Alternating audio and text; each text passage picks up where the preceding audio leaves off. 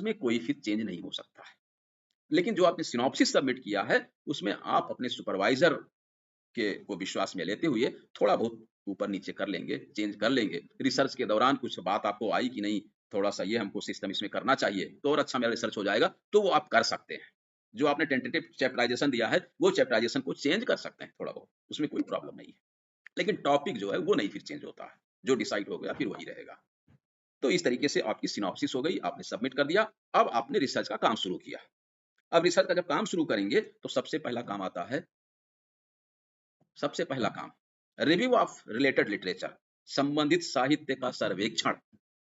अब संबंधित साहित्य का सर्वेक्षण क्यों करते हैं? बात ये आती भाई, हम लोगों को पहले लगता था कि ये इतिहास क्यों पढ़ना? जो चीज़ बीत गई छोड़ो, आगे बढ़ो भाई, आगे चलिए।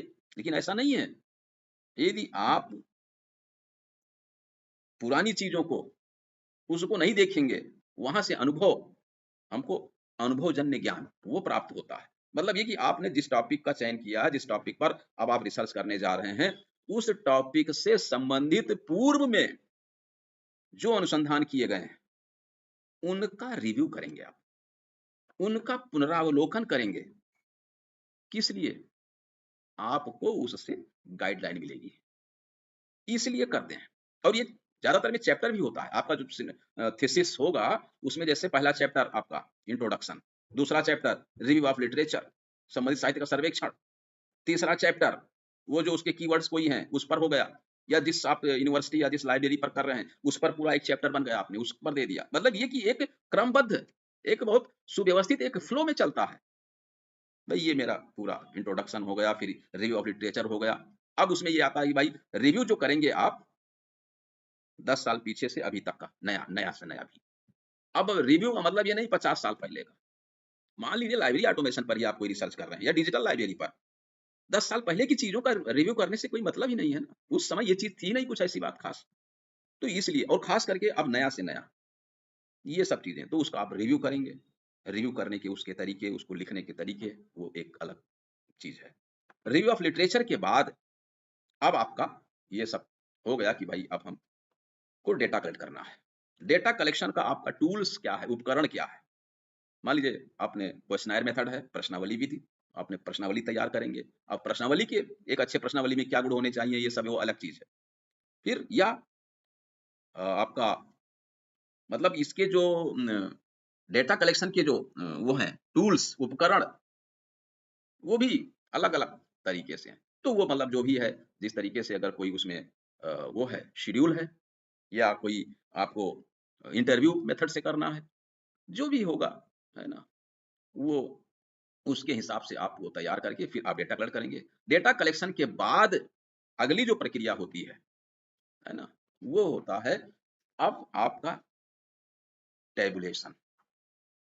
टेबल फॉर्म में अपने डेटा को आप, जो आपके क्वेश्चनायर्स हैं, जो आपके प्रश्न हैं, यानी जो आपका उद्देश्य है, उसके हिसाब से अब आप उसको टेबल, और टेबल में डेटा, और फिर उसका उसकी एनालिसिस, उसका विश्लेषण, और उसके आधार पर फिर उसका इंटरप्रिटेशन, उसका निर्वचन, उसकी व्याख्या लिखते हैं। अब हर बिंदु का आप अलग-अलग, और वो उसकी व्याख्या, और उसके फिर आधार पर आपका क्या बनेगा? आपका सजेशंस आपके निकल कर के आएँगे, और सजेशंस, और इसके बाद कन्क्लूज़न। तो इस तरीके से आपकी जो रिसर्च में ये चीज़ें आपके उसमें शामिल होती हैं। एक जो रिसर्च है, एक अनुसंधान है, और रिसर्च जैसे उनमें जो राइटिंग ऑफ रिसर्च रिपोर्ट है, यानी अनुसंधान का जो प्रतिवेदन लेखन है, उस पर आप देखिएगा, एक मेरा पहले का वीडियो है, उसमें मैंने डिटेल में चर्चा किया है कि उसमें क्या-क्या चीज़ें होती हैं। वो एक अपनी अलग चीज़ है। यहाँ पर हम आपको केवल ये बता रहे थे कि भाई रिसर्च क्या है? रिसर्च यानी अनुसंधान क्या है? शोध क्या है? शोध के प्रकार, और आपकी जो शोध यानी रिसर्च का जो प्रपोज़ल है, इस पर हम लोगों की चर्चा हुई, है ना? अब बात आती है, जैसे एक है रिसर्च मेथड्स, यानी अनुसंधान या शोध विधियाँ, शोध की विधि, जिसमें आता है आपका हिस्टोरिकल, है ना? हिस्टोरिकल आपका आता है सर्वे मेथड, आपका आता है डिस्क्रिप्टिव मेथड, है ना? ये सब मेथड्स हैं। अब जैसे मान लीजिए हिस्टोरिकल रिसर्च का जो मेथड है, हिस्टोरिकल में क्या है? भई ये ऐतिहासिक, तो इसका मतलब ये नहीं कि इतिहास विषय के सारे रिसर्च हिस्टोरिकल हो जाएँगे, ऐसा नहीं है। आपके लाइब्रेरी साइंस में भी यदि आपका टॉपिक है भारत में पुस्तकालयों का विकास, एक अध्ययन, ये हिस्टोरिकल है। आपको इसका इतिहास खोज करके लाना है, प्राचीन काल, मध्य काल और फिर इधर आधुनिक काल का। ये है, ये अनुसंधान है। तो ये हिस्टोरिकल मेथड में चला जाएगा। किस भाई आपका टॉपिक क्या है, उसमें कौन-सा मेथड अप्लाई होगा और उस मेथड के लिए डेटा का कलेक्शन आप कहाँ-कहाँ से करेंगे। जैसे जो हमारा हिस्टोरिकल मेथड है, उसमें क्या होता है, जो हमारे अतीत के जो अनुभव हैं, उसका विश्लेषण किया जाता है। उस समय पुरानी हमारे घटनाएँ जो हैं, पुराने तथ्य हैं, कोई पुरानी जो चीज़ें हैं, जो समस्याएँ हैं, उनका चिंतन, उसका विश्लेषण, यानी एक प्रकार से जो हमारा हिस्टोरिकल जो उसको ट्रुथ है, यानी जो ऐतिहासिक सत्य है, उसको ज्ञात करने के लिए ये जो पद्धति है, मेथड है, वो हिस्टोरिकल मेथड है। यानी जो हमारी ऐतिहासिक समस्या है, उसके लिए अनुसंधान किया जाता है और वो वही फिर ऐतिहासिक अनुसंधान हो गया हमारा या हिस्टोरिकल रिसर्च हो गया, हिस्टोरिकल मेथड हो गया, है ना?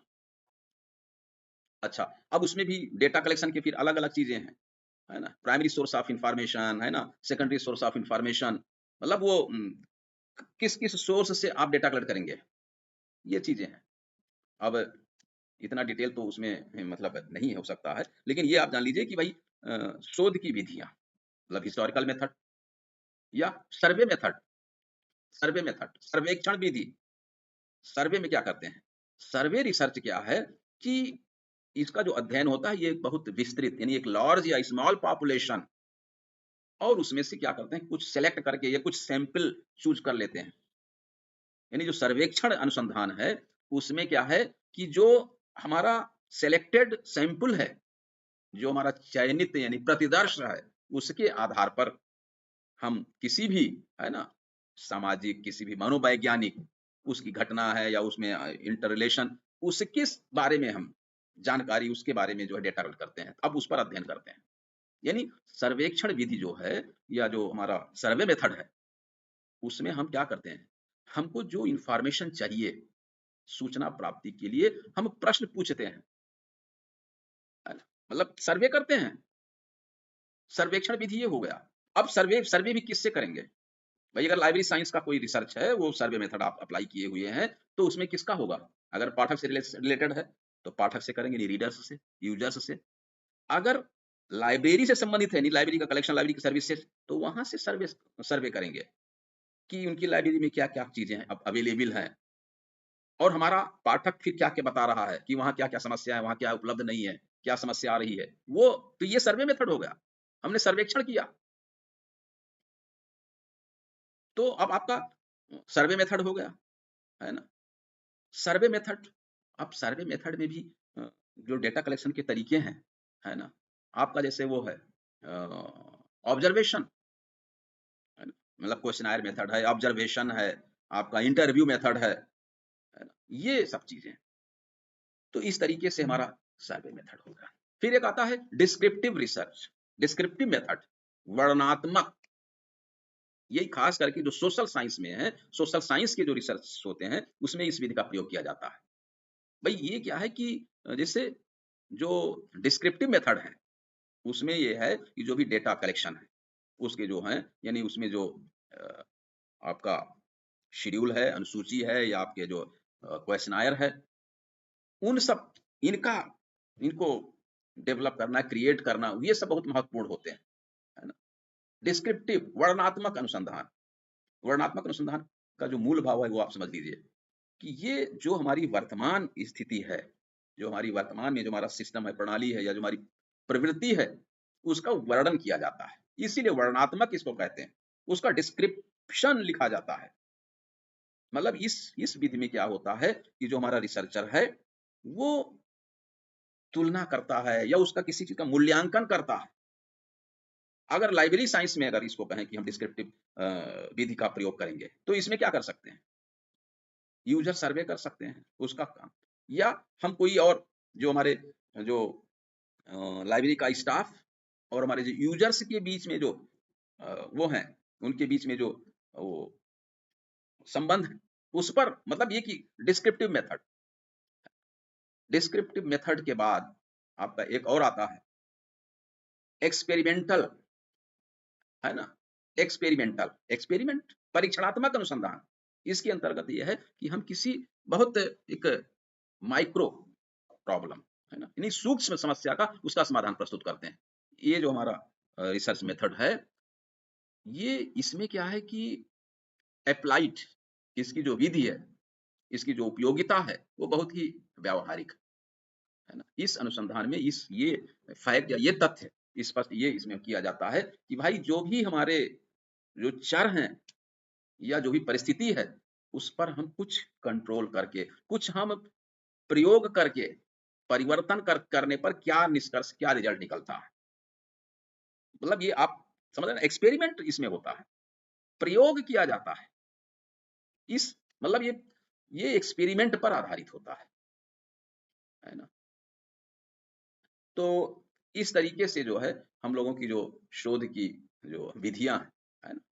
अब शोध विधि, अब अलग-अलग बातें आती हैं कि किस शोध में कौन-सी विधि का प्रयोग करेंगे और फिर उस शोध में डेटा कलेक्शन का क्या तरीका होगा, ये और उसका प्रयोग करते हुए फिर हम हमारा उसमें स्टैटिस्टिकल उसका वो प्रयोग करेंगे कुछ, स्टैटिस्टिक्स का प्रयोग करते हैं या परसेंटेज मेथड का प्रयोग करते हैं। उस